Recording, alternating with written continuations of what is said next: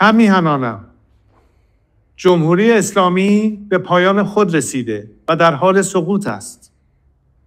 خامنه‌ای همچون موشی هراسان زیر زمین پنهان شده و کنترل اوضاع را از دست داده است.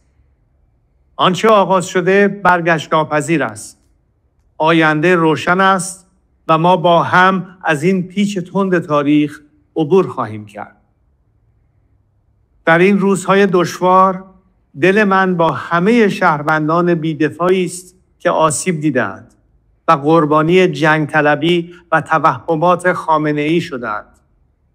من سالها کوشیدم تا میهنمان گرفتار آتش جنگ نشود. پایان جمهوری اسلامی پایان جنگ 46 ساله آن با ملت ایران است. دستگاه سرکوب رژیم در حال فروپاشی است. تنها یک خیزش همگانی لازم است تا این کابوس برای همیشه پایان یابد.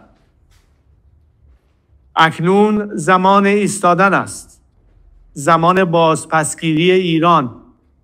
همه با هم، از بندر عباس تا بندر انزلی، از شیراز تا اصفهان، از تبریز تا زاهدان، از مشهد تا اهواز، از شهر کرد تا کرمانشاه به صحنه بیاییم. پایان این رژیم را رقم بزنیم. نگران فردای پس از سقوط جمهوری اسلامی نباشید.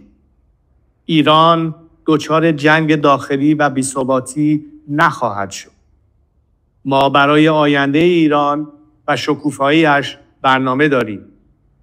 ما برای 100 روز نخست پس از سقوط، دوران گذار و استقرار یک حکومت ملی و دموکراتیک برای ملت ایران و به دست ملت ایران آماده ایم. خطاب به نیروهای نظامی و انتظامی، امنیتی و دولتی که این روزها بسیاری از آنها به من پیام می‌فرستند. برای حفظ رژیمی که سقوط آن آغاز شده و حتمی است، روبروی ملت ایران نایستید. خود را فدای رژیم پوسیده نکنید. با ایستادن در کنار ملت جان خود را حفظ کنید.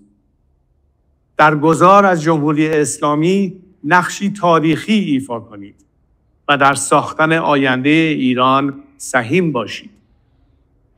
ایران آزاد و آباد پیش روی ماست. باشد که به زودی در کنار شما باشم. پاینده ایران، زنده باد ملت ایران.